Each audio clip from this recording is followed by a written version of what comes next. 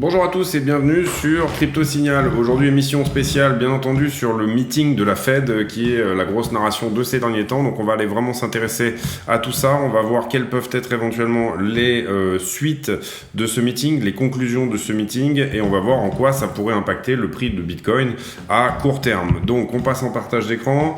Si jamais vous êtes nouveau sur la chaîne, n'hésitez pas à vous abonner, activer la cloche des notifications, éventuellement mettre un like. J'ai que 10% des gens qui mettent des likes, 10% des vues qui mettent des likes, donc allez-y, là, celle-ci, on essaie de faire exploser un petit peu les likes pour voir ce que ça peut donner. On est là, donc, sur le prix du BTC, toujours dans ce biseau descendant. Vous voyez qu'on est vraiment en train de faire du surf avec cette résistance oblique.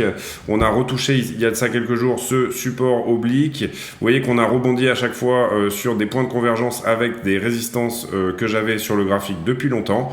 Donc voilà, là, on vient de revenir faire une touchette sur la ligne d'axe ici.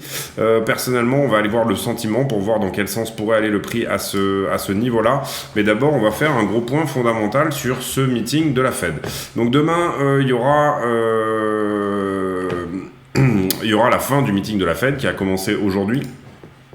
Et donc du coup, bien entendu, la hausse de ces taux d'intérêt-là fait que les marchés arbitrent et font un arbitrage risk-on, risk-off. C'est-à-dire tout simplement, on sort de tout ce qui est risk-on, puisqu'il n'y a plus d'argent gratuit, et on passe sur du risk-off, c'est-à-dire voilà, potentiellement des bons, ou tout simplement déjà pour l'instant le dollar. On l'a vu ici sur le dollar, qui est sur un niveau énorme, hein, vraiment qui est vraiment quasiment en train de tutoyer des niveaux qui ont bien entendu plusieurs années ici.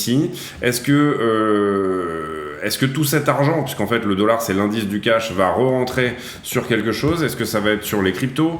Qu'est-ce que ça peut nous dire à ce moment-là? On va aller regarder tout ça aujourd'hui. D'abord, je voudrais vous montrer tout simplement ce sondage que je montre assez souvent et qui aujourd'hui nous dit que 99% des intervenants sur le marché pensent que la hausse demain va être de 0,5 points. Donc ça, c'est très important à comprendre. Ici, on va voir d'ici la fin de l'année qu'est-ce qui pourrait se passer, et on voit que le marché price à peu près 3% à 50% de possibilités. Ça veut dire quoi? Ça veut dire une hausse de 0,5 à chaque fois. Ça, c'est ce que j'appellerais une hausse très très agressive. De remonter là en 6 mois de 0,5 points tous les mois, c'est une hausse qui est vraiment très agressive. Donc le marché est en train de pricer ici le worst case scénario. On va maintenant essayer de se mettre dans les baskets de Jérôme Powell et d'essayer de comprendre est-ce qu'il a intérêt à faire tourner ce scénario très agressif là ou pas, celui que le marché a pricé. Donc le marché a pricé un WCS, c'est-à-dire un worst case scénario, quels sont les éléments qui pourraient le faire intervenir dans un sens ou dans l'autre. Il y a des éléments qui jouent en la faveur, on va dire, des assets à risque, hein, puisqu'on va appeler ça comme ça. D'abord, c'est tout simplement, bien entendu, le fait que on ait eu des chiffres vraiment catastrophiques en ce qui concerne la croissance aux USA pour le premier trimestre. Donc ça, c'est très important de le comprendre, c'est-à-dire que Powell va mettre dans la sauce qu'il est en train de nous concocter là, un petit peu dans le plat qu'il est en train de nous servir, il va mettre un petit peu de cette donnée-là qui est de dire attention, début de récession. En tout cas, on est à mi-chemin, puisque vous avez eu un premier trimestre qui est dégueulasse, moins 1,4% de croissance. Ça veut dire que potentiellement, à la fin de l'année, si jamais ça continue comme ça, et si jamais on fait on va énormément dans le sens d'un crash des marchés, à ce moment-là, ça pourrait vouloir dire que tout simplement, on a une récession et on fait moins 4% de croissance sur l'année aux États-Unis. Récession qui, bien entendu, va par ailleurs ensuite se répercuter sur les actions, etc. Donc ça, c'est une première chose importante à comprendre, c'est qu'on a une donnée dans la besace de Powell qui nous dit attention, on est peut-être en début de récession en termes de productivité, en termes de croissance, en termes de PIB. Ensuite, la deuxième chose qu'on a, c'est que du coup, le marché du travail, alors aujourd'hui, il y a eu certains chiffres qui ont été publiés sur le marché du travail, vous le voyez ici dans le calendrier, et on avait en fait les ouvertures de jobs qui sont plus importantes, et les gens qui quittent leur travail qui sont de 4,5 millions. Donc on a des chiffres qui sont plutôt bons, ça signifie que le marché du travail est plutôt bon, donc ça c'est dans l'outil et dans la besace des outils qu'a Jérôme Powell. Powell, quelque chose qui pourrait lui dire c'est pas grave, tu peux augmenter tes taux malgré la récession, d'accord? On aura plus d'informations là-dessus sur les taux de chômage, hein, en fait, vous le voyez, ça c'est ici, vendredi, donc après le meeting de la Fed. Néanmoins, on peut subodorer que Powell a sur le chômage déjà des chiffres, bien entendu, en amont, il a des stats, et que du coup, étant donné qu'en général, quand une économie est en récession, vous comprenez que le marché du travail, théoriquement, ne se porte pas génial. Ici, on voit sur les chiffres qui ont été aujourd'hui que finalement, il y a une rotation des Américains, il y a plus d'Américains qui quittent leur job ici que d'Américains qui rentrent, mais on a quasiment 2 propositions d'emploi pour une personne. On est au plein emploi, si vous voulez. On pourrait être au plein emploi si tout le monde acceptait les jobs qu'on leur propose, tout simplement. Donc voilà, donc ça c'est important à comprendre. On aura des chiffres, nous, qui vont sortir vendredi, mais qui pourtant sont déjà sur le bureau de Powell, et qui pourtant vont potentiellement aussi être, une donnée de décision pour lui, voilà. Donc ça, c'est vraiment les choses que je voulais vous dire aussi. Pour moi, il va augmenter les taux de 0,5. Ça va être le cas. Ça a déjà été plus ou moins annoncé, ça a déjà été plus ou moins pricé. On a à peu près 95% de chances que ça soit le cas. Donc, bien évidemment, on joue ce scénario-là. Donc, il va augmenter les taux. La deuxième question, c'est la fin du quantitative easing. Donc, du coup, on passe sur un quantitative tapering, c'est-à-dire que la Fed a 900 000 milliards de dollars d'obligations et de bons de bons baqués sur des créances, si vous voulez, à vendre. Et la question, c'est à quelle vitesse cela va être fait. C'est très important de comprendre ça aussi, puisque d'une certaine manière, c'est aussi ça qui va peser sur les marchés. À quel point la Fed vend rapidement ou pas. Pour l'instant, les marchés ont pricé qu'ils allaient vendre 95 milliards par mois. 95 milliards par mois, c'est très rapide c'est vraiment ce qui a été annoncé plus ou moins dans le plan de la Fed du dernier meeting. C'est très rapide comme fait d'arrêter le quantitative easing. C'est très très rapide. Je pense, moi, que compte tenu de toutes ces données, il a peut-être des chances de nous dire que finalement, ils vont essayer de faire ce qu'ils appellent un soft landing, c'est-à-dire un atterrissage mou, et que en fait, on va laisser plus ou moins les marchés cracher. Donc, il ne faut pas s'attendre à ce que les actions là fassent des énormes rallyes, etc. On sait que tout ça est plutôt bearish pour les actions. Le fait que de toute façon la Fed d'ici la fin de l'année on va avoir 6 mois là difficiles pour le marché des actions, mais ça va pas aller en ligne droite, ça va être fait de rebonds, ça peut être aussi étant donné que les marchés ont pricé énormément, ils ont déjà énormément pricé cette hausse des taux, ça peut être aussi finalement une sorte de un range quoi, ou une sorte de recover très molle qui se fait sur 6 mois avec des hauts, des bas, etc. Un petit peu finalement un petit peu ce qu'on est en train de voir sur la charte de Bitcoin, hein, quelque part là, c'est-à-dire qu'on a corrigé là ici jusqu'au 32, ensuite on s'est rendu compte que la correction était quand même un peu forte par rapport à la narration, que le fondamental était bon, etc. On a des gens qui sont apparus ici et qui ont racheté fortement, et vous comprenez ici qu'on est un petit peu sur ce type de round bottom, structure d'accumulation qu'on a vu on-chain, etc. On sait que ici les whales accumulent, et très souvent on sait que les whales accumulent finalement les rebonds. Et c'est ça qu'il est intéressant de voir, c'est que quand on est sur des plus bas ici, finalement les whales, c'est ce que je dis souvent, il y a pas de smart money, il y a que des gens qui ont tellement d'argent qu'ils ont la capacité de faire le prix. Ce qu'on va appeler des traders dynamiques, c'est-à-dire qu'ils ont les hedge funds, etc. ont tellement d'argent qu'ils peuvent faire le prix. Je regarde si je suis pas trop long en temps. Et puis donc voilà, donc ça c'est important. Le soft landing, peut-être que finalement on va juste se mettre ici sur un énorme range à des niveaux. C'est un petit peu ce qu'on a fait depuis déjà un petit moment. Et puis que d'ici la fin de l'année, ça reparte un peu plus fort. Là, pour l'instant, à court terme, moi, je table sur un rallye haussier, un rebond technique, en fait, tout simplement. Et pourquoi je vous parle de ça ? Je vous parle de ça parce que Ici, par exemple, on a Johnny Boo qui nous a donné qu'est-ce qui s'est passé à chaque fois qu'il y a eu tout simplement un meeting de la Fed. Qu'est-ce qui s'est passé sur les 4 ou 5 derniers meetings? Et bien là, tout simplement, vous voyez qu'on a eu ce meeting de la Fed, on a fait une hausse. Ici, on a eu ce meeting-là, on a fait une hausse. Et puis là, on est au pivot, au dernier pivot. On est sur la même trendline, on est en bas, etc. Est-ce qu'on va pas avoir ici une hausse qui va nous permettre d'aller toucher des niveaux plus importants? Les niveaux plus importants, c'est lesquels? Bon, on a la target pour ce biseau là, ce biseau descendant. La target de ce biseau, elle est autour des autour des 43 000 $.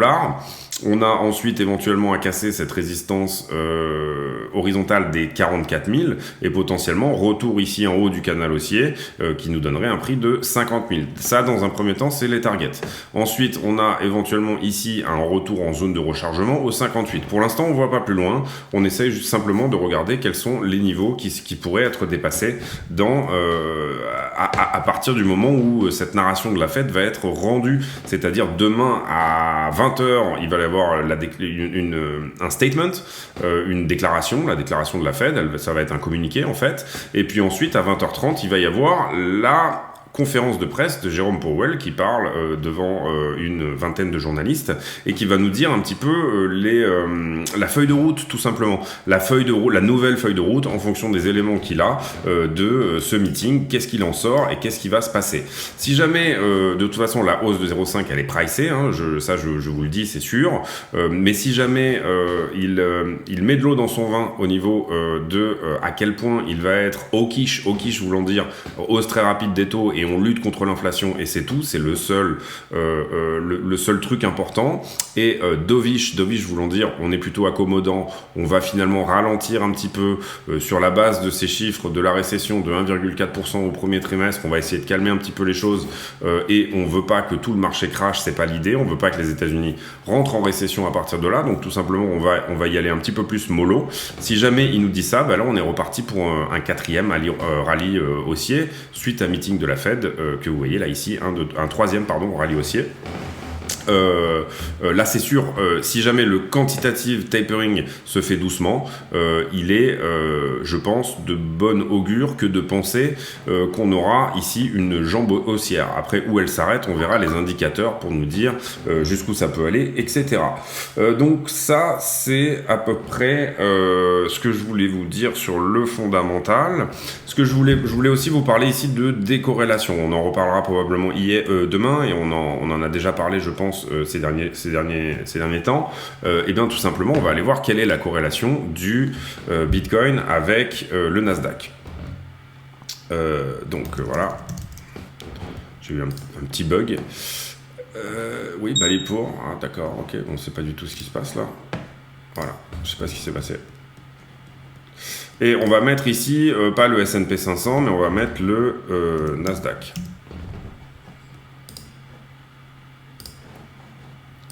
Ok, donc là vous avez ici en bas l'indicateur de corrélation. Quand on est dans le vert, ça veut dire qu'on est extrêmement corrélé. Là vous voyez qu'on est à un ratio de 82%. Quand on est dans le neutre, ça veut dire qu'on est pas du tout corrélé, c'est-à-dire ça fait un peu sa vie. Et quand on est vraiment dans le rouge, c'est qu'on est inversement corrélé. D'accord ? Ici, vous comprendrez que déjà ce que je vais vous expliquer, c'est que par le passé, on avait des décorrélations totales. On était vraiment, BTC faisait un petit peu sa vie. Bon là je vous montre pas la charte, mais voilà, on a probablement des moments où on est sur le bull run de 2017 et tout ça, etc. Et depuis ici, juillet 2021, mais même j'ai envie de dire, depuis le crack Covid qui s'est passé du coup en mars 2020, ici, on a eu peu de phases dans le rouge. Vous le voyez par rapport à cette période-là où on avait énormément de phases dans le rouge. Ici, sur toute cette période-là, on a eu peu de phases dans le rouge. On en a eu principalement en septembre, sur le début du bull run, là où on était un petit peu décorrélé. Il y avait des moments où c'était inversement corrélé. Mais voilà, vous comprenez ici l'idée. Depuis, on est très fortement corrélé, effectivement. Depuis cet été-là, depuis ce moment-là, on est très fortement corrélé. Tout simplement parce que le marché est suspendu aux lèvres de Jérôme Powell. Donc ici, la corrélation est d'autant plus forte que le marché est suspendu à ce que va nous dire Jérôme Powell. Ici, on avait une décorrélation, j'en avais parlé d'ailleurs sur le moment autour du le mois dernier. Si jamais maintenant on regarde en weekly, on voit qu'on était à une corrélation maximum pour le coup en novembre, juste avant de dipper, de faire le dip, et puis que depuis on est plutôt sur une pente descendante en termes de corrélation. Donc là on regarde des trends très longues. Si jamais on regarde en monthly, vous voyez qu'en monthly, finalement, on est resté assez corrélé. Cette corrélation a augmenté. Elle était au maximum à son ATH et depuis, elle est en train de descendre. D'accord ? Donc, vous comprenez qu'en fonction des time frames, si je regarde évidemment en daily, en ce moment, on est corrélé à 82% parce qu'on est dans l'attente d'un événement fondamental qui est le meeting de la Fed. Mais si vous regardez sur le plus long terme, si vous dézoomez, si vous regardez un petit peu plus dans les détails, vous comprendrez qu'on n'est pas si corrélé que ça, entre guillemets. C'est pas vraiment d'ailleurs ce que je voulais dire. On est peut-être en train de se décorréler. Voilà, c'est plutôt ça. Ici, vous voyez que je me mets en 1 heure et vous avez des fortes zones de corrélation et des zones de décorrélation totale qui commencent à apparaître. Là, par exemple, en ce moment, je pense que Wall Street est haussier et à l'inverse, Bitcoin est plutôt baissier. Je pense que c'est un petit peu ce qui est en train de se passer aujourd'hui sur les dernières heures. Voilà, vous voyez là. Donc, c'est intéressant de regarder à la fois, de regarder la photo globale et puis aussi d'aller voir de temps en temps un petit peu, tout simplement, l'inverse, c'est-à-dire le monde de l'infiniment grand et celui de l'infiniment petit. Vous voyez ici qu'on ne suit pas le Nasdaq à la lettre, c'est pas vrai. Ça, c'est les week-ends que vous voyez là, qui sont pas affichés. Vous comprendrez ici que on est sur une journée, par exemple aujourd'hui, donc événement important autour de la Fed, d'une journée de quasi décorrélation totale depuis en tout cas 1, 2, 3, 4, 5 heures. Depuis 5 heures, le BTC fait sa vie et il n'est pas corrélé au Nasdaq. Nasdaq, S&P 500, vous avez selon... moi, j'aime bien utiliser le Nasdaq 100 aussi, c'est-à-dire les 100 plus grosses actions du Nasdaq. Je trouve qu'il y a une corrélation vraiment intéressante entre les deux. Mais vous comprenez ici l'idée. L'idée, ça voudrait dire quoi ? Ça veut dire que si Bitcoin se décorrèle littéralement des marchés, il fournira une opportunité de diversification absolument excellente pour les hedge funds, etc. Et où est-ce que je veux en arriver là ? C'est qu'il suffit pour moi d'un pavé dans la mare, c'est-à-dire un hedge fund qui a énormément d'assets type BlackRock ou ce genre de choses, ou voilà, ce que j'appellerais un trader dynamique, c'est-à-dire ceux qui font le prix, qui décident que tout simplement c'est un bon point d'entrée sur Bitcoin et que après ce meeting de la Fed ou autre, ou pendant une prochaine hausse, ou au moment où on dessine une nouvelle structure qui décide de rentrer massivement, c'est ce que j'appelle le pavé dans la mare, c'est-à-dire tout simplement vous jetez au milieu de l'étang un pavé et ensuite vous avez des ondes qui se créent autour et ces ondes-là sont les autres traders et en fait ce pavé dans la mare est finalement une goutte d'eau mais qui intervient sur tous les autres traders dynamiques en même temps et donc du coup tout ça crée un mouvement très important. Donc ça c'est vu, on a parlé de à peu près tout je pense en fondamental. On va pas faire les news aujourd'hui sinon ça va faire une vidéo un peu longue et puis de toute façon la seule news vraiment importante, pour moi on en a beaucoup parlé. Donc du coup on va aller voir le carnet d'ordre où on voit qu'il y a beaucoup d'ordre ici à l'achat et assez peu d'ordre finalement à la vente. En gros 90 bitcoins ici, voilà on commence à avoir un gros niveau autour des 48 pour faire de la vente, 168 bitcoins, 113 bitcoins. Voilà, on a des gens qui pensent potentiellement qu'on va avoir une vague haussière et qu'il sera temps de vendre sur ces niveaux-là. Ici à 43, ça m'intéresse de voir combien on a à la vente. 118, voilà, vous voyez qu'il y a quelqu'un ici qui vend 100 tous les 1000. Les options pour vendredi, on les a déjà vues hier, donc on va passer là-dessus.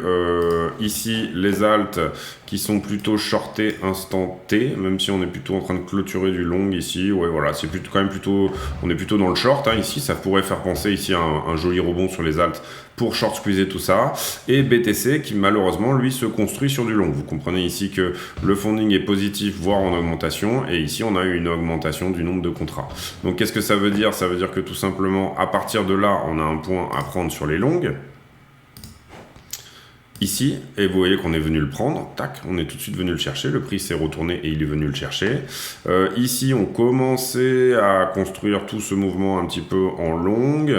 Là, on a un très léger niveau de short à venir prendre potentiellement ici, mais il est vraiment léger. Tac, donc ce niveau-là a été pris. Ensuite, le funding descend et on augmente, donc on aura potentiellement un petit niveau de short à venir prendre ici, on va dire. Vous voyez que là, on a fait une tentative de venir le faire. Là, on a une réaugmentation de l'open interest avec un prix qui diminue et un funding qui augmente. Donc, on peut penser que donc ce niveau-là est à prendre en short et également ce niveau-là également. Tac, ok. Donc là, personnellement, moi, mon action de prix, elle me dirait plutôt que, étant donné qu'on est près de ces 3 petites bandes-là à prendre, on va aller sous ce niveau des 38. Voilà, c'est mon analyse en voyant ici cette histoire de déleverager une nouvelle fois, tout ce qui s'est construit là-dessus, avant potentiellement de repartir. Ce qu'on aimerait bien voir là, c'est tout simplement le prix descend et il est massivement shorté encore plus. Avec une hausse de l'open interest, bien sûr. On va aller voir sur iBlock ce que ça dit.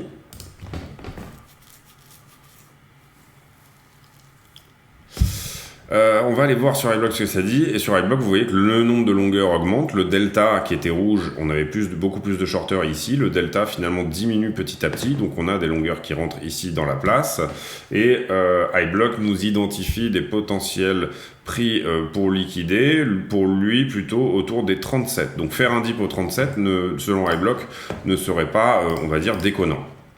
Ensuite, ici on va faire Kingfisher.